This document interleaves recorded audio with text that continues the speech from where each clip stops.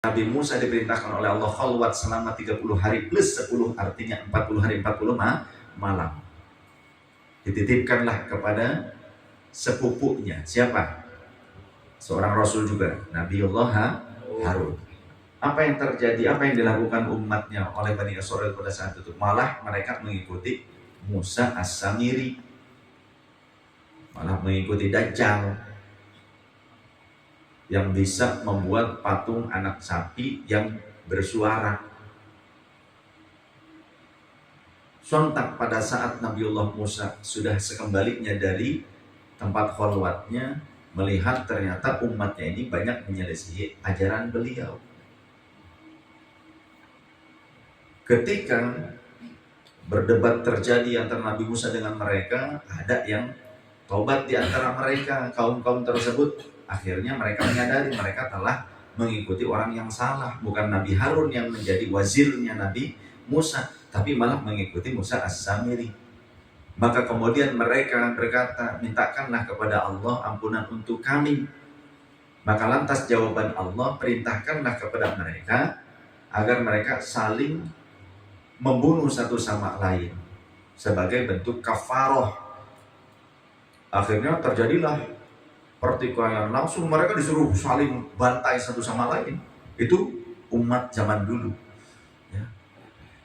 Lalu ketika Nabiullah Musa merasa ngeri, Nabi Musa meminta kepada Allah, ya Allah ampunilah mereka atas kebodohan mereka.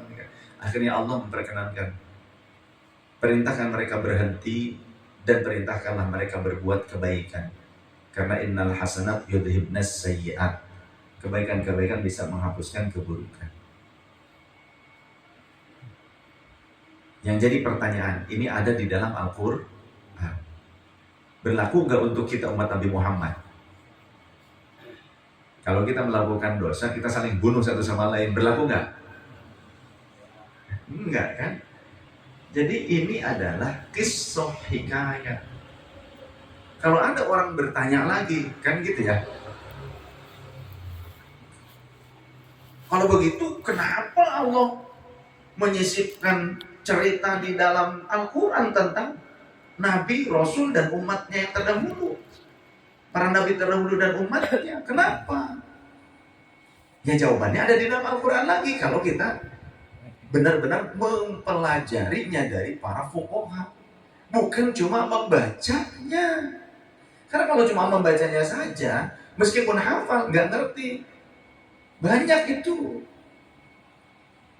Di dalam Al-Quran jawabannya surah Hud ayat 120. Wa kullan naqussu 'alaika min amba'ir rusuli ma nuthabbitu bihi fu'adak wa ja'aka fi hadhil haqq wa mau'izatun wa dzikra lil mu'minin.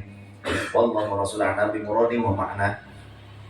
Dan telah kami ceritakan seluruh kisah para nabi terdahulu, para rasul terdahulu.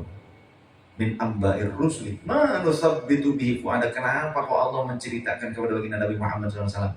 Supaya kami teguhkan keyakinanmu, fu'ada, kolbumu, hatimu, dadamu, isi dadamu. Yang dimaksud bukan paru-paru, bukan jantung, bukan. Ma nusabbitu bihi fu'ada, keyakinanmu, keteguhan hatimu, jiwamu, supaya tenang, yakin. Yakin apanya? Yakin bahwa para rasul itu menghadapi ancaman, diuji oleh umatnya sendiri. Jadi harus sabar, tetap teguh membawa risalah dari Allah, sampaikan. Jadi kisah itu ada hikmah. Kalau kita mendengar ulama menyampaikan kisah-kisah teladan, dengerin. Jangan ini mah cerita sejarah, ini mah cerita ulama, cerita manaqib, ini mah cerita rasul. Kalau kita tidak mendengar cerita itu, bagaimana mungkin kita bisa termotivasi untuk menjadi baik? Betul tidak?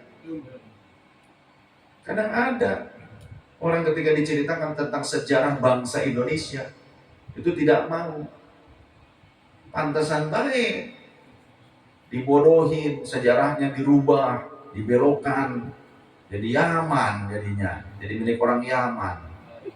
Yang jadi tuan di negeri kita jadinya akhirnya orang Yaman. Kita orang Indonesia mau aja diperbudak oleh orang-orang turunan Yaman. Ya karena kitanya sendiri nggak mau mempelajari sejarah kita. Datang orang Yaman turunannya kemudian membesar-besarkan leluhurnya ada di Yaman. Kemudian dibuat haulnya haul kota. Orangnya nggak ada di kotanya, di kabupatennya. Ya, di Indonesia nggak ada orangnya, tapi nama kotanya dihauli. Ini jangan-jangan yang meninggal itu kota.